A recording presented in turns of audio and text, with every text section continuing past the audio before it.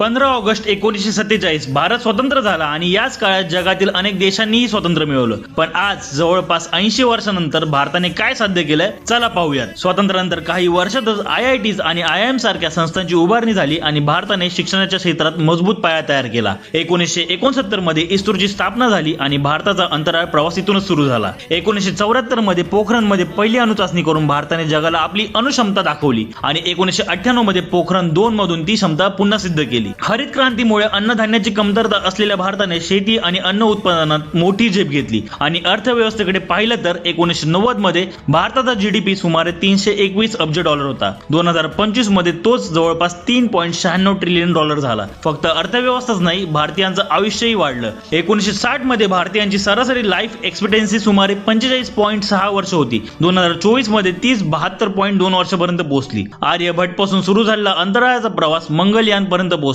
आणि चंद्रयान 3 ने भारताला चंद्राच्या दक्षिण ध्रुवापर्यंत यशस्वी लँडिंग करणारा पहिला देश बनवलं. आज भारत जगातील प्रमुख वॅक्सिन्स आणि जेनरिक मेडिसिनच्या उत्पादकांपैकी एक आहे. आणि मग आली डिजिटल क्रांती. UPI ने भारताला पैसे पाठवण्याची आणि स्वीकारण्याची पद्धतच बदलून टाकली. देशभरात हायवेज, एअरपोर्ट्स, मेट्रो नेटवर्क्स आणि वंदे भारत सारख्या आधुनिक वाहतूक सुविधा वेगाने विस्तारल्या. भारतातील स्टार्टअप इकोसिस्टम्स आज जगातील प्रमुख स्टार्टअप इकोसिस्टम पैकी एक बनली आहे आणि या सगळ्यांसोबत जवळपास 80 वर्षाची लोकशाही आपण टिकवून ठेवली. म्हणजे 1947 मध्ये स्वतंत्र झालेला भारत आज शिक्षणापासून अंतराळापर्यंत, अणुशक्तीपासून डिजिटल क्रांतीपर्यंत, शेतीपासून औषध निर्मितीपर्यंत आणि इन्फ्रास्ट्रक्चर पासून स्टार्टअप पर्यंत प्रत्येक क्षेत्रात स्वतःची ओळख निर्माण करत आहे. आपण फक्त स्वतंत्र झालो नाही, आपण स्वतःच्या बळावर पुढे आलोय आणि भारताचा हा प्रवास अजून संपलेला नाही. तो दिवसेंदिवस अजून वृद्धिंगत होत जाणार आहे. जय हिंद, जय भारत.